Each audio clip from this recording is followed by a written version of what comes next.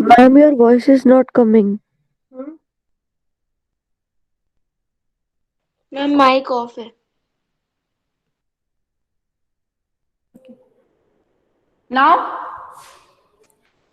Yes, ma'am. Yes ma'am. Yes, okay, ma'am. okay. Yes, So, ma'am. yes, today we are going to learn about the different processes which are involved in recombinant DNA technology. Okay, it should be processes. Okay, and this lesson is your biotechnology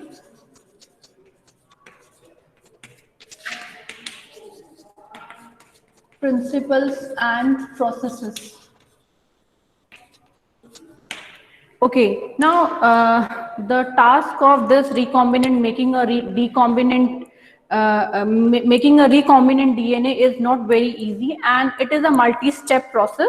So we should be aware of how to make a recombinant DNA. Okay, we have already learned about the vectors, the role of vectors in the DNA for making a new recombinant DNA. Okay, and now in today's class we are going to learn about the different processes which are involved for making a new recombinant DNA. Okay, so the first step, okay, the first step which is present in which is used for making a new recombinant DNA, that is the isolation of genetic material. Okay, so the steps, if you have your book, the steps which are involved for this which are involved in process of DNA recombinant technology. The first step is isolation of genetic material.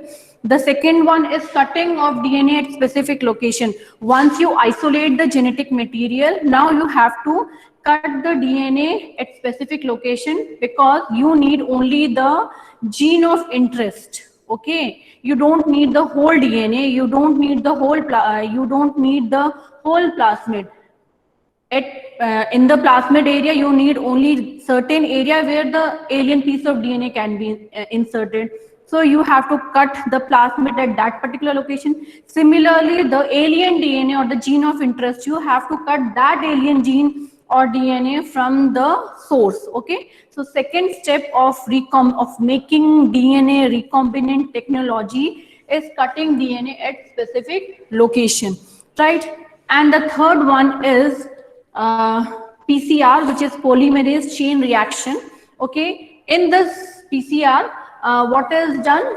The genetic material which is isolated, which is taken out. Sometimes it is the amount of that genetic material is very, very small. Small means it is less in number.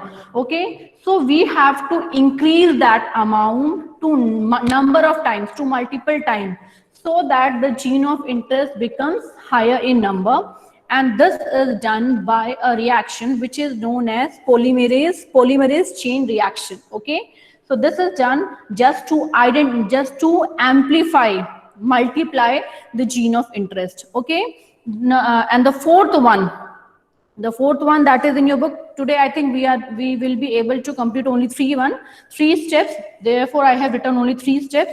The fourth one, which is in your book on page number 203, is insertion of recombinant DNA into the host cell. Okay, once our gene of interest we have made multiple copies. Now we have to add that gene of interest in the vector. Okay, then the fifth one is obtaining the foreign gene product. We have added that foreign DNA in the vector. Now we have to obtain the final product. Okay, so these are the 5 steps which are present in making or in the process of DNA recombinant technology. पहला क्या है? हमें genetic material जहां पे भी है वहां से आइसोलेट करना है. ठीक है, हमारा जेनेटिक मटेरियल आ गया. अब वो जो जेनेटिक मटेरियल है वो प्योर नहीं होता है, उसमें बहुत सारी चीजें मिली होती हैं. So we have to isolate the genetic material. Second, once our genetic material is with us, we have to cut that genetic material at specific location. और ये वेक्टर का भी करेंगे और हमारा जो एलियन डीएनए है उसका भी करेंगे. थर्ड स्टेप में क्या आएगा? जो हमारा जीन ऑफ इंटरेस्ट है उसकी मल्टीपल कॉपीज बनाएंगे. फोर्थ क्या है? We will add that alien piece of DNA in the required source of vector और plasmid, और फिफ्थ क्या है, लास्ट में हमको अपना फाइनल जीन प्रोडक्ट जो कि एक रिकॉम्बिनेंट डीएनए है वो हमें निकालना है, या जो एक ट्रांसफॉर्मर है वो हमें as a final gene product हमको ऑब्टेन करना है. ठीक है. Okay, so today we are going to concentrate only on 3 steps. One is isolation of genetic material, the second one is cutting DNA at specific location, and the third one is PCR. Okay, so shall we start now? I think 30 students are there, so we can start our class. Okay, so in the first process of isolation of the genetic material, why it is necessary to isolate the genetic material? Okay, because you all know that the length of DNA, if we unroll DNA, it is highly coiled molecule. Okay, and because of its higher coiling, it can be fitted inside the nucleus.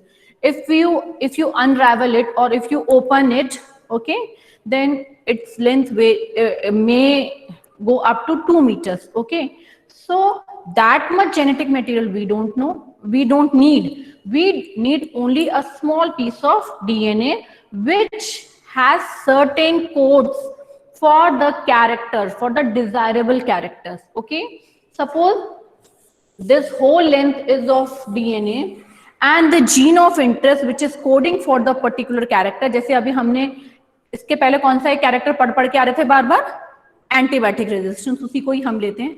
So suppose this antibiotic resistance is present only in this set of gene.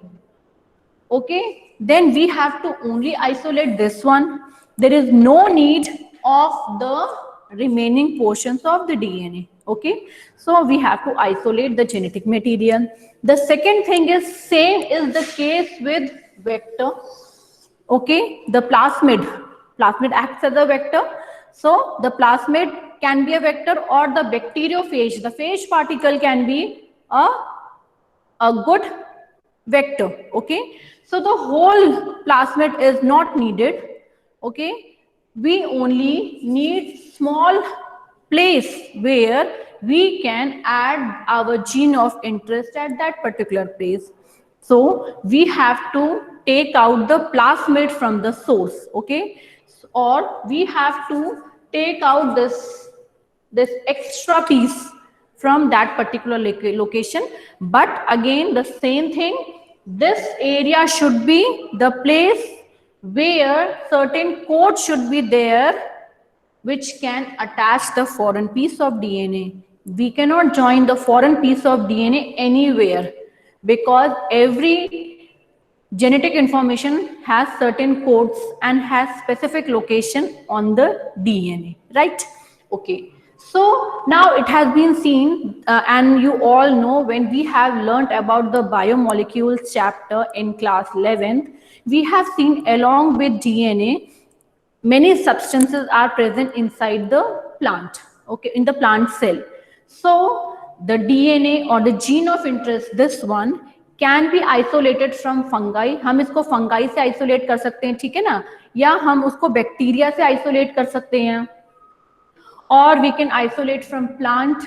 So accordingly, we have to use certain enzymes to digest the extra substances. Okay, हमें तो केवल अपनी gene of interest निकालनी है जो कि nucleus के अंदर है, बट हम उसके लिए सोर्स क्या ले रहे हैं, हम एक पूरा प्लांट सेल ले रहे हैं, एक एनिमल सेल ले सकते हैं, फंगाई ले सकते हैं, ठीक है ना, एक बैक्टीरिया भी ले सकते हैं. ओके, तो हमें पूरे बैक्टीरिया या पूरे प्लांट या पूरे एनिमल सेल की जरूरत नहीं है, हमें तो केवल हमारा जीन ऑफ इंटरेस्ट चाहिए, ठीक है ना. Therefore we need a set of many enzymes which can digest the extra material which is present along with the DNA. Okay, therefore specific enzymes are present which can digest the specific substances which are present in the source cell, a plant cell, a animal cell or a fungal cell. ठीक है ना. तो ये मैंने एक example बनाया है, एक ऐसे ही एक सेल का बना दिया है. अब इस सपोज करो ये एक सेल है, इस सेल में डीएनए कहाँ प्रेजेंट होगा? डीएनए प्रेजेंट होगा हमारा न्यूक्लियस के अंदर, ठीक है। तो न्यूक्लियस तक तो हम तब पहुंचेंगे जब हम इसकी सेल मेम्ब्रेन को डाइजेस्ट करें। अगर ये फंगाई या प्लांट सेल है तो हमें इसकी सेल वॉल को भी डाइजेस्ट करना है, ठीक है ना। Okay, am I audible? Yes Yes, Yes, ma'am. ma'am. Yes, ma'am. ठीक है। So we can only take out DNA from the nucleus when we will reach there, okay? And in order to reach there, we have to digest everything which comes in the pathway to reach the nucleus. So if it is a plant cell or a fungal cell, we have to take out the cell wall, okay? So cell wall को digest करना है, then we have to digest the cell membrane, membrane को भी digest करना है। फिर यहाँ पे आ जाते हैं साइटोप्लाज्मिक मटेरियल, हमें साइटोप्लाज्म को भी डाइजेस्ट करना है, उसमें प्रोटीन्स हो सकते हैं, उसमें कार्बोहाइड्रेट्स हो सकते हैं, ठीक है ना। तो हमने एंजाइम्स के बारे में भी, बायोमोलिक्यूल्स जो चैप्टर था उसमें एंजाइम्स का भी टॉपिक था ना। So there we have read about the variety of enzymes. We have variety of enzymes that can digest everything which is present in our body. Okay, means almost everything which is present in our body. So accordingly, we can use that type of enzyme to digest the particular material to reach to the nucleus. Okay, so यहाँ पे एक example मैंने बनाया हुआ है. Suppose it's a fungus, then you all know that the cell wall of fungus is made up of chitin, ठीक है ना. So we have to use a enzyme which is chitinase, या सब उसको चिटिन भी कहते हैं, so chitinase, whatever you can say. So either we can use chitinase or chitinase enzyme to digest the fungus cell wall, ठीक है. If it is a bacterial cell wall, then we will digest it with the help of an enzyme, and the name of the enzyme is lysozyme, ठीक है. Bacteria के में अगर हम bacterial cell से nucleus को डीएनए को extract कर रहे हैं, तो हमें बैक्टीरिया को डाइजेस्ट करना पड़ेगा ना, सेल वॉल को. ओके, तो सेल वॉल को कौन डाइजेस्ट करेगा? An enzyme which is lysozyme, ठीक है. And if it is a plant cell, then we have to digest it with the help of a enzyme that is cellulase. Okay, why we are taking cellulase? Because the cellulose is the important carbohydrate which is present in the cell wall of the plant cell. ठीक है, therefore we have to digest the cellulose of the plant cell. Okay, now we have digested the cell wall, the cell membrane. जैसे यहाँ पे cell wall का है, ऐसे there are many enzymes which will digest the cell membrane, but सारी चीजें books में नहीं है, तो जो है हमें वही पढ़ना है. तो ये हमारा डाइजेस्ट हो गया. Main aim is to digest the cell wall. Cell membrane is very thin, it can be easily digested. Okay, cell membranes के लिए हम नॉर्मली लाइपेजेस लेंगे, ओके, क्योंकि लाइपेजेस जो है वो फैट्स और लिपिड्स को डाइजेस्ट करते हैं, और सेल मेम्ब्रेन फॉस्फोलिपिड्स की बनी होती है, ठीक है ना. तो इस तरह से accordingly we can take many enzymes to digest everything so that we can now reach the nucleus, ठीक है ना. तो अब हम किसके पास आ गए हैं? अब हम आ गए हैं न्यूक्लियस के पास, ठीक है. Right, okay, now we have reached the nucleus, but the nucleus consists of RNA and DNA both, ठीक है ना. न्यूक्लियस के अंदर RNA भी है, DNA भी है, और DNA is compactly arranged with the help of certain proteins. Can you name that protein which help in compact arrangement of the DNA, of the two strands of the DNA inside the nucleus? I know that you still remember that protein. What is the name of that protein? Yes, anyone? Yes, बच्चों, DNA को compact, हमने octamer पढ़ा था ना. तो जो DNA की compact arrangement होती है न्यूक्लियस में, तो उसमें Histones. Very nice, it is histone. तो उसमें कुछ प्रोटीन्स होते हैं जो कि डीएनए को कॉम्पैक्ट अरेंजमेंट में हेल्प करते हैं, ठीक है ना. So they can be histone proteins, they can be non-histone proteins, ठीक है ना. So if DNA is present along with, if and it is always present along with the histone protein, So this histone protein can be digested with the help of an enzyme which is protease, because protease will act on protein and histone is a type of protein. ठीक है ना? तो अब ये histone protein को अलग क्यों निकालना है? कौन बताएगा? Why it is necessary to we have reached DNA. Okay, now why it is necessary to remove the proteins from it? कौन बताएगा? Yes, Geetika, are you there? Geetika, yes, Saurabh, Saurabh है क्या? Yes ma'am. हाँ सौरभ बताओ, why it is necessary to remove this histone from this DNA?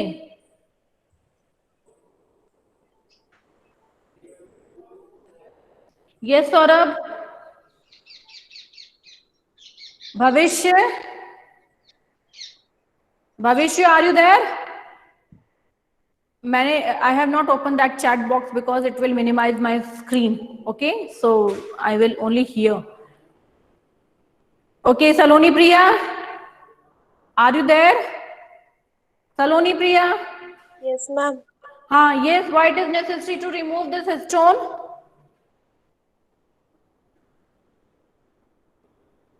Yes, बच्चे जल्दी बच्चा बताओ, मुझे आगे के 2 स्टेप्स और करने हैं।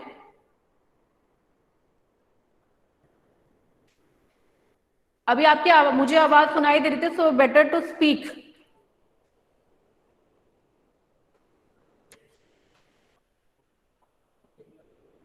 To make the two strands far away from each other.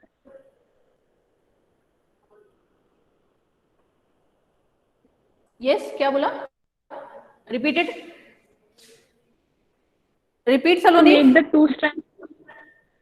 Ma'am, To make हाँ, to make the two strands far away from each other.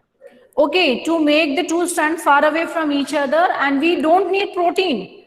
We only need the DNA. हमें तो DNA चाहिए ना, तो हमें तो protein तो चाहिए नहीं. Okay, therefore we will digest the protein also with the help of this. Will digest this histone protein and the non-histone protein with the help of enzyme which is proteases, right? Okay, then you all know that within the nucleolus, nucleus में हम पहुंच गए, nucleus के अंदर nucleolus भी होता है, तो nucleolus में क्या present होता है? RNA present होता है.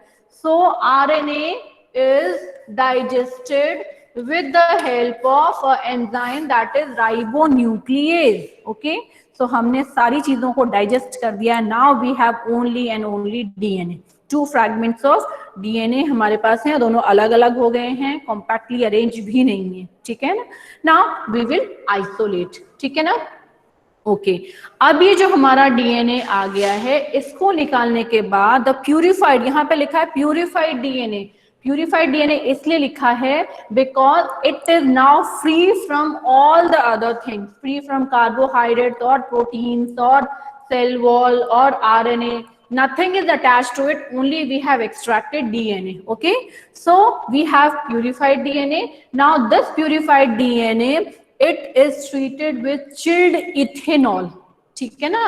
ये purified DNA को हम क्या करेंगे? Chilled ethanol में डाल देंगे.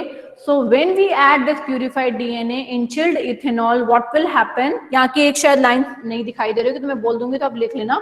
Okay, so when we add this purified DNA to chilled ethanol, what will happen?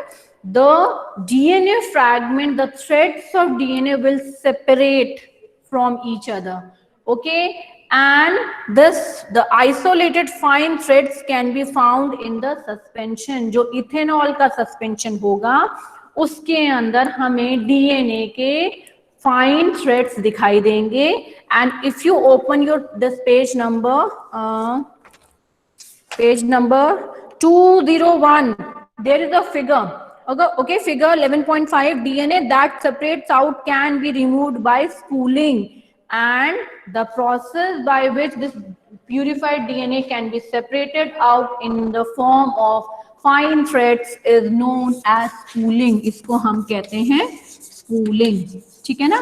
तो बहुत क्लियर डायग्राम नहीं है, बट फिर भी दिख रहा है कि किस तरह से डीएनए के फ्रैगमेंट्स उसमें हैं. ठीक है ना? ओके, और आप और क्लियर डायग्राम्स को दे सकते हैं, बस इमेजेस में डाल देना spooling process. Okay, so you will get the images of the fine DNA fragments. ठीक है, ओके। नाउ ये तो हुआ, this is only the completion of first step. आपकी बुक के जो थियोरी पार्ट है इसको मैंने इस तरह से डायग्राम में कर दिया ताकि आपको इजीली समझ में आ जाएगा। आप भी डायग्राम को इस तरह से कॉपी में अगर ड्रॉ कर लोगे, लिखते समय आप इसको उसमें थियोरी में कर लेना, लेकिन इसे इजीली आपको समझ में आ जाएगा कि क्या क्या हमने अलग किया है, ठीक है ना। Okay, now will come to our next step. The next step is cutting DNA at specific location, ठीक है ना। ओके, तो थोड़ा सा मैं ये उसको टिल्ट कर रही हूँ। Yes students, I think it is visible, the whole board is visible ना, इस तरफ का विजिबल है यहाँ का? Okay, Yes, ma'am. Yes, ma'am. ठीक है, ठीक है, ओके। सो नाउ फॉर, अब ये जो हमारा डीएनए आ गया, ये आइसोलेट हो गया, ये प्योर तो हो गया है, बट हमें पूरा डीएनए नहीं चाहिए। हमें डीएनए का क्या क्या चाहिए था, थोड़ा सा चाहिए था ना, जो हमें स्पेसिफिक लोकेशन वाला डीएनए चाहिए, जो जीन ऑफ इंटरेस्ट है, ठीक है ना। तो उसके लिए वही आपका तरीका है जो हमने पढ़ लिया है, that we will use the molecular scissor which are known as restriction endonuclease. Okay, so by using the enzyme restriction endonuclease we will cut the DNA as well as vector at specific location, ठीक है ना। तो vector के DNA को और जो हमारा इसका डीएनए है कौन सा, जीन ऑफ इंटरेस्ट जो है, मतलब जो आइसोलेटेड डीएनए है, उसमें से हमारा जो जीन ऑफ इंटरेस्ट है या डिजायरेबल कैरेक्टर वाला जो जीन है, उसको हमने कट कर दिया है with the help of restriction endonuclease. अब यहाँ पे एक प्रॉब्लम क्या आ जाती है, when we cut with the help of molecular scissors the strands of vector and the strand of the DNA, many strands are formed। क्योंकि ये हम केवल एक एक को लेके नहीं करेंगे, हम बहुत सारे वेक्टर्स को लेंगे, वेक्टर्स का अलग करेंगे और जो डिजायर्ड जीन है उसका अलग करेंगे ताकि मिक्स नहीं हो, ठीक है। तो मैं आपको एक चीज बता रही हूँ ताकि वैसे ही हम रिपीट करेंगे वेक्टर के लिए। सपोज करो हमारा जो डिजायर्ड जीन है, हमने डीएनए का पूरा फ्रैगमेंट लिया, उससे हमने डिजायर्ड जीन को अलग कर दिया रेस्ट्रिक्शन एंडोन्यूक्लियस से। लेकिन हम ये केवल एक ही डीएनए थोड़ी ना नहीं लेंगे, हमने एक ही थोड़ी ना बैक्टीरिया लिया, बहुत सारे बैक्टीरिया लिए, बहुत सारे वायरस से हमने अलग किया है जो हमारा जेनेटिक मटेरियल है। So the DNA fragment gate mixed with each other. Now we will separate the DNA fragments with the help of gel electrophoresis, ठीक है ना। So after cutting DNA at specific location, we will use the phenomenon of gel electrophoresis, ठीक है ना।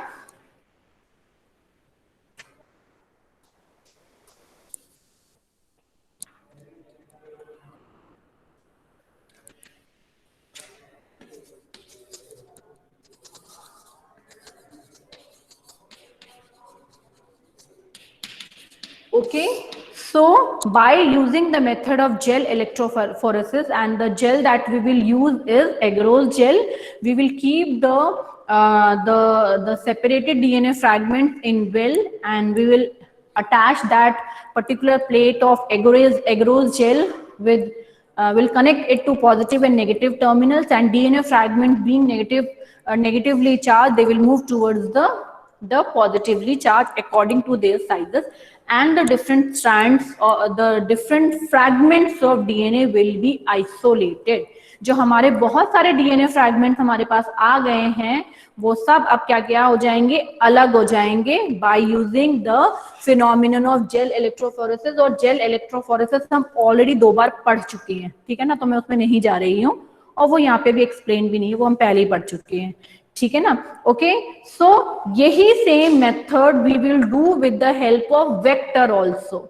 Vector का जब हमने वो फ्रैगमेंट अलग कर दिया है, ठीक है ना, तो जैसे ये वाला मैंने ये डायग्राम बनाया था ना, ये वेक्टर था, तो वेक्टर का ये वाला फ्रैगमेंट हमने निकाल के अलग कर दिया। अब हमारे पास ये बड़ा वाला फ्रैगमेंट है, ये तो हमें नहीं चाहिए, this one we don't need.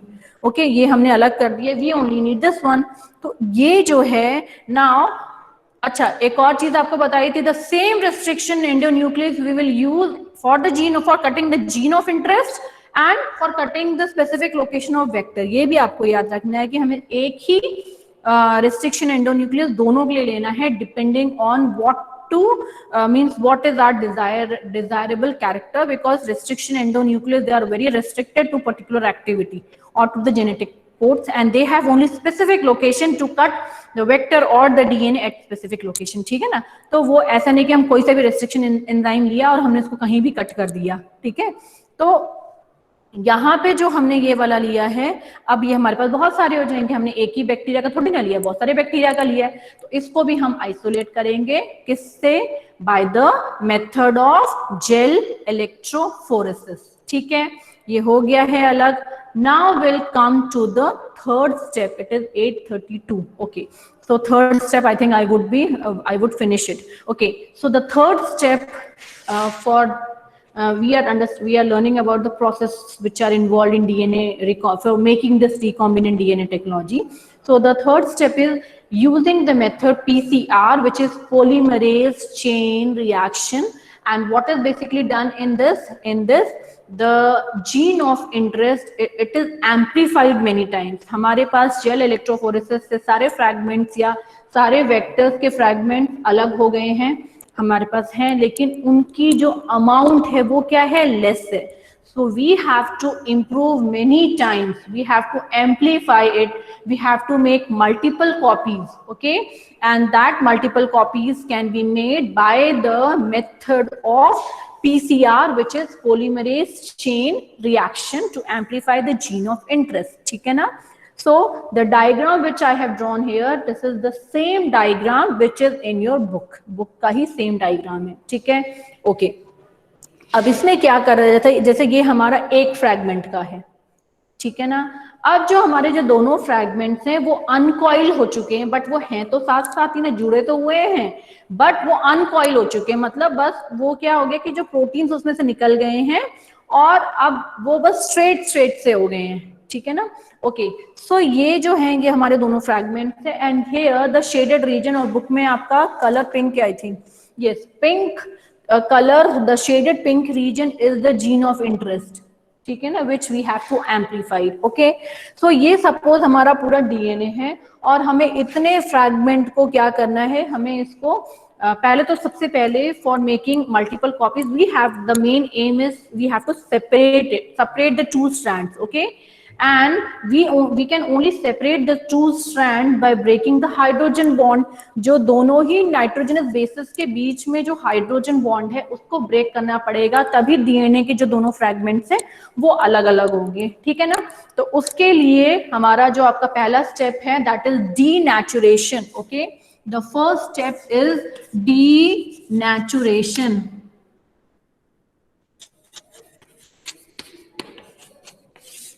Okay, so what is done in denaturation? In denaturation, the strands of DNA, they are subjected to very high temperature, ठीक है। इनको क्या है, डीएनए को बहुत हाई टेम्परेचर पे ट्रीट किया जाता है, तो जिससे क्या होता है, हाइड्रोजन बॉन्ड वीक हो जाते हैं और जो दोनों स्ट्रैंड्स हैं वो अलग हो जाते हैं, ठीक है। Now the second step is annealing, okay. This step is annealing.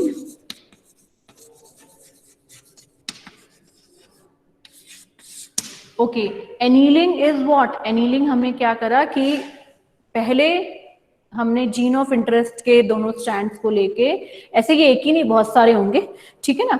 सो ये लेके हमने इसको क्या रहा, हाई टेम्परेचर पर रख दिया। हाई टेम्परेचर से क्या हुआ, हाइड्रोजन बॉन्ड जो दोनों का है वो ब्रेक हो गया, okay, and the two strands get separated. So यहाँ here in this diagram you can easily see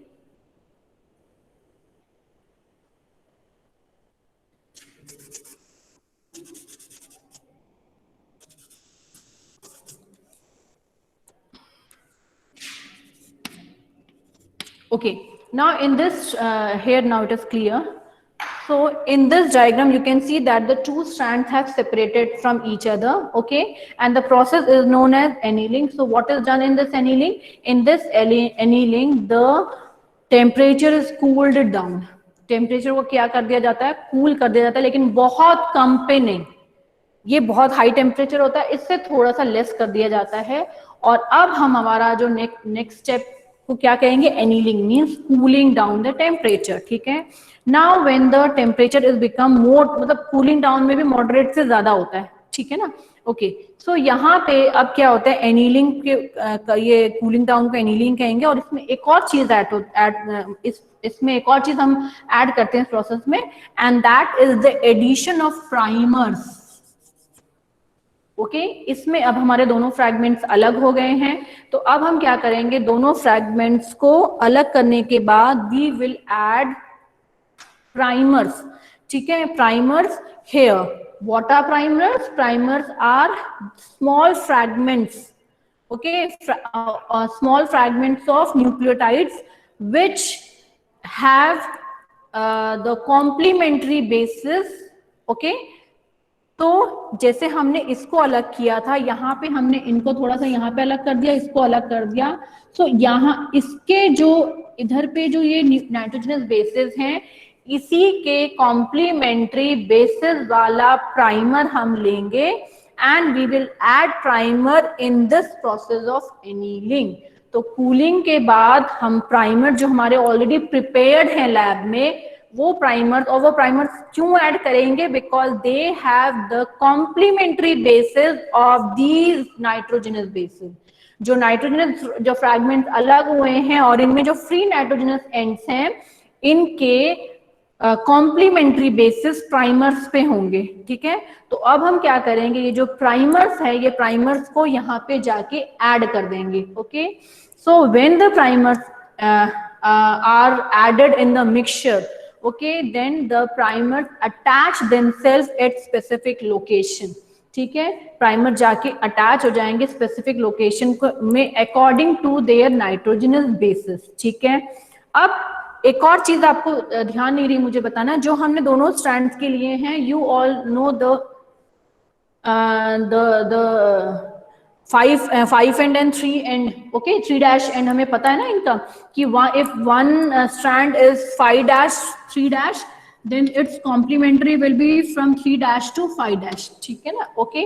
so we have added primers, primers यहाँ पे ऐड हो गया, तो प्राइमर्स का भी जो ये इसमें 3 5 जो एंड्स हैं, they will be complementary, okay, they will be opposite. Here if it is 5 और यहाँ पे 3 है, तो ये जो नया है, नया में यहाँ पे 3 है, तो यहाँ पे कौन सा होगा, 5। ठीक है ना, और ये होगा 3। तो जो प्राइमर है, according to the complementary ends, they will attach themselves to each of the strand, to each of the separated strands. ठीक है ना, अब इसके साथ साथ हम क्या करेंगे, we will add certain more substances here, and that is DNA polymerase। okay, do you remember the function of DNA polymerase? DNA polymerase is the enzyme which helps in replication of DNA। okay, so you all will know that DNA replication only takes place from 5 to 3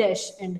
ठीक है ना, ये कौन सी direction में जाएगा, ऐसे बनेगा, और ये वाला कैसे बनेगा, अंदर की तरफ 5 to 3। ठीक है ना, तो डीएनए पॉलीमरेज हमने पहला काम किया प्राइमर्स, टेम्परेचर को थोड़ा कम कर दिया। दूसरा काम किया हमने प्राइमर्स को ऐड कर दिया। प्राइमर्स को इसलिए ऐड करा क्योंकि उनके पास कॉम्प्लीमेंट्री बेसिस थे उन सीक्वेंसेस के जो कि सेपरेट डीएनए में है, सेपरेटेड डीएनए के स्ट्रैंड्स में है। ठीक है, now we will add DNA polymerase, so that this, by addition of this DNA polymerase enzyme, it will start making new strand of DNA which is known as DNA replication। क्योंकि अब ये आगे तो तब बढ़ेगा ना, ये 5 से 3 तब बनेगा जब ये रेप्लिकेट होगा। ठीक है ना, तो इसके लिए यहाँ पे हम एक एंजाइम डालेंगे जिसको कहेंगे DNA polymerase। तो DNA polymerase will help in replication of the 2 separated strands। जो हमारे दोनों सेपरेटेड स्ट्रैंड्स हैं उनको रेप्लिकेट करने में हेल्प करेगा। यहाँ पे एक और ध्यान देने वाली बात ये है कि जो ये डीएनए पॉलीमरेज एंजाइम है, ये हम यूज ना करके इसी के जैसा इसका एक एनालॉग यूज करेंगे।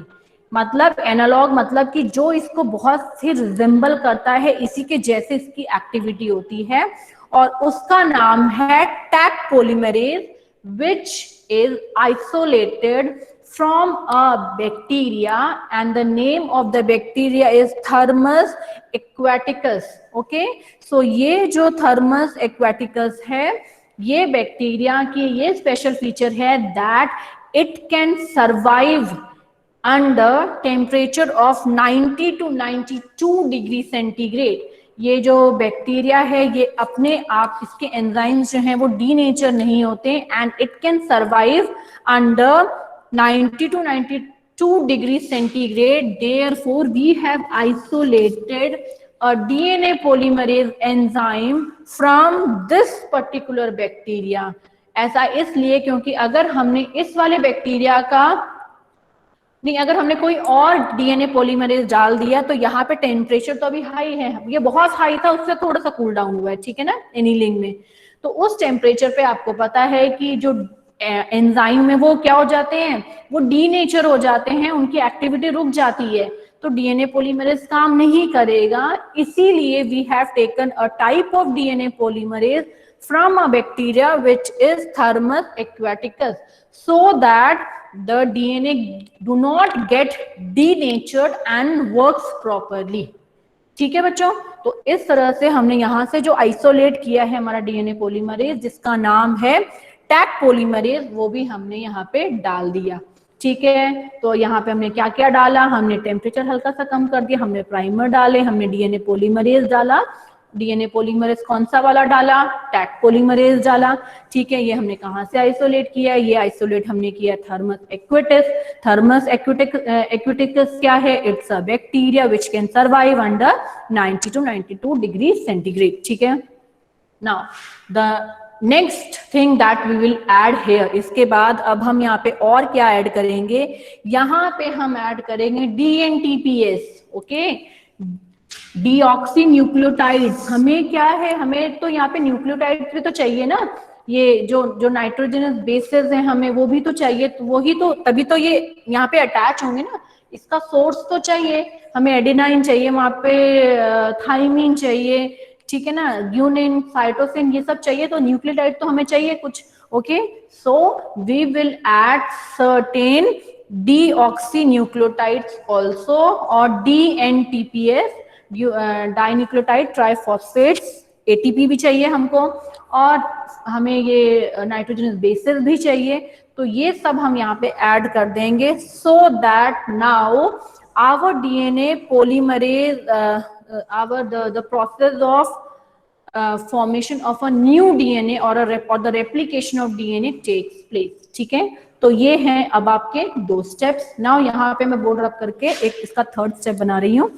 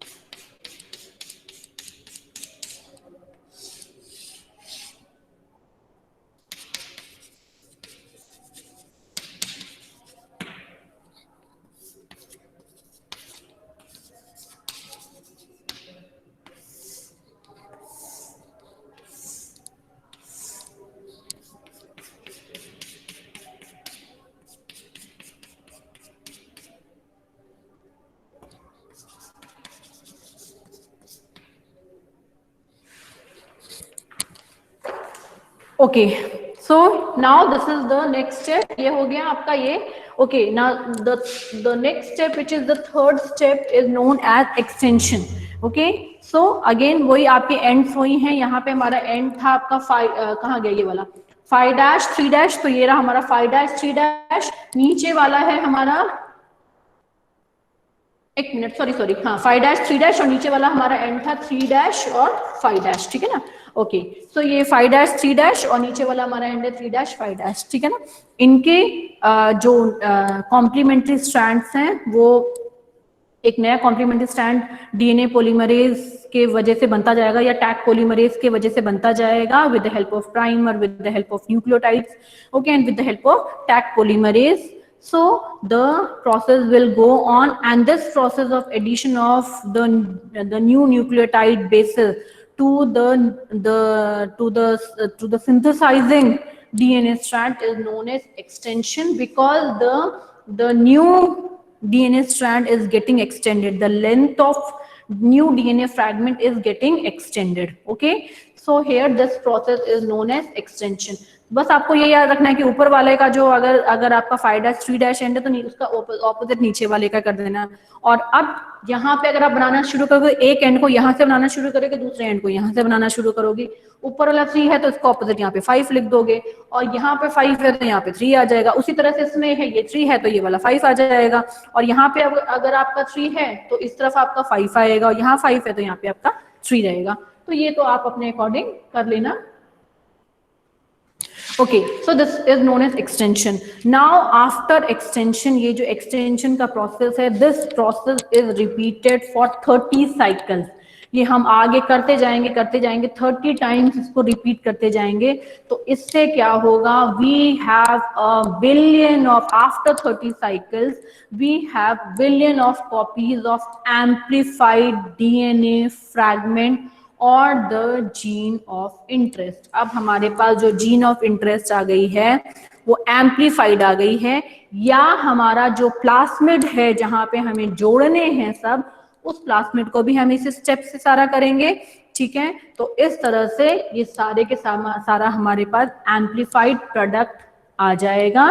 Now we have the things that we can use and introduce into the desirable place. अब हम यहाँ से जो डीएनए हमने निकाले हैं वो, और जो हमने प्लास्मिड बनाए हैं वो, इन दोनों को अब हम किसके हेल्प से जोड़ेंगे, we will join then with the help of DNA ligase. ठीक है, एट अ पर्टिकुलर लोकेशन.